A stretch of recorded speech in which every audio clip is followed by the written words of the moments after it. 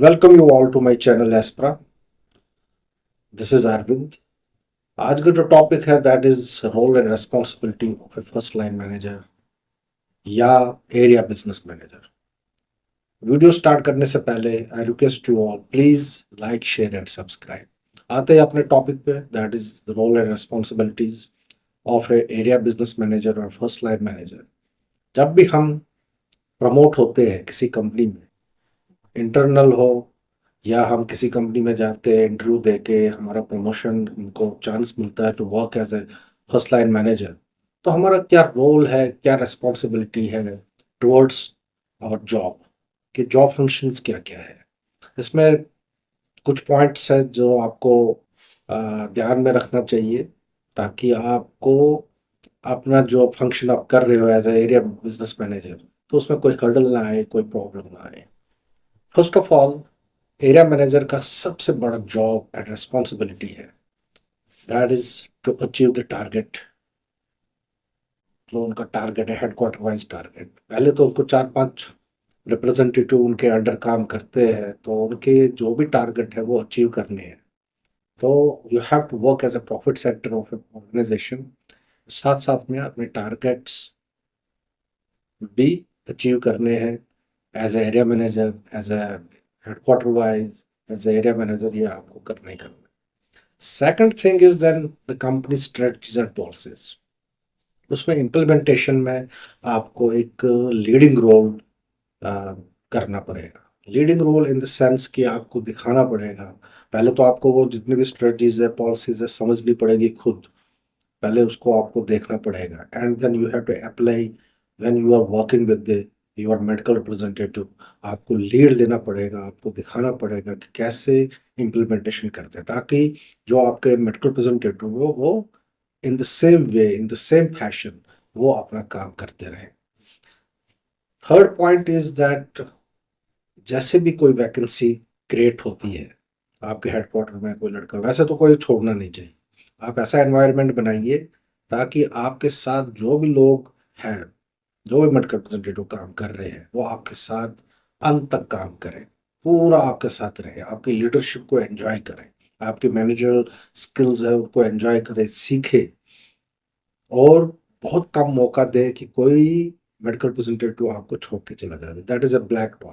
अगर आपको कोई छोड़ के जाता है, ठीक है ना, कोई अच्छा लड़का, ठीक है, तो ये एक अच्छी बात नहीं है। तो आपको रिटेन करने की एक जो एक प्रोसेस है उसको आपको देखना पड़ेगा।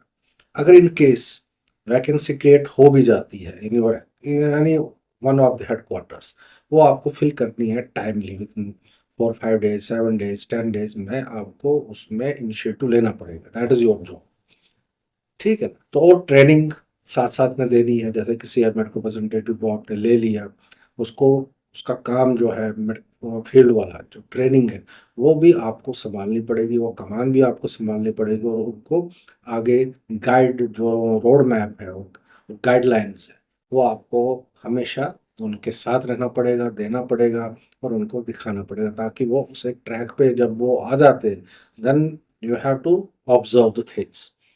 जैसे आपकी ऑब्जर्वेशन कहीं पे भी ऐसा लग रहा है कि वो थोड़ा सा जो है स्ट्रेटजीज इंप्लीमेंट नहीं कर रहा है, या कोई ऐसी चीज़ है, ठीक है, एक्टिविटीज़ है जो कंपनी की तरफ से आई है, वो उसको फॉलो नहीं कर रहा है, इम्प्लीमेंट कर रहा है, तो आपको उस चीज़ में उनके साथ बात करनी पड़ेगी, आपको काउंसलिंग करनी पड़ेगी, उनके साथ इंटरेक्ट करना पड़ेगा इन दिस मैटर्स।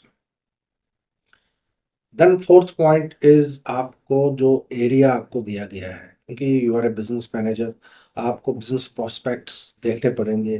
जितने भी डॉक्टर्स हैं, जो कंपनी के डॉक्टर्स हैं, उन हेडक्वार्टर पे जो ऑलरेडी लिख रहे हैं, उनको तो आपको मेंटेन रखना है और एडिड कंट्रीब्यूशन भी उनसे लेने की कोशिश करनी है, एक अच्छे रिलेशन बना के रखने हैं।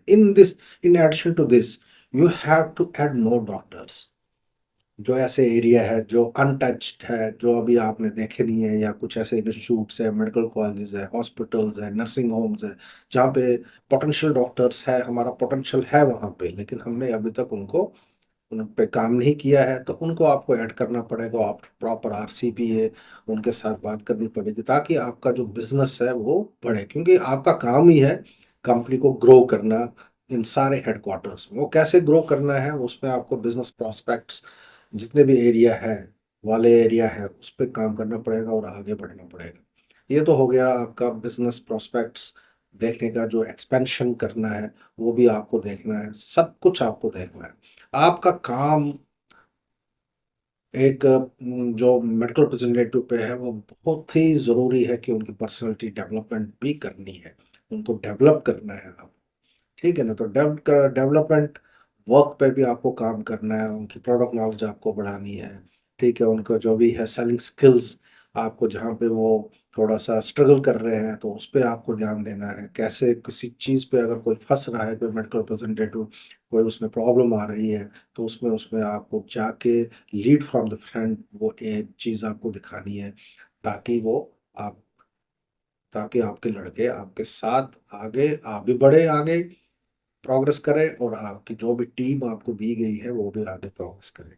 Thank you very much for watching my video. मुझे लग रहा है कि आपको ये वीडियो बहुत पसंद आएगा। Please like share and subscribe. Thank you.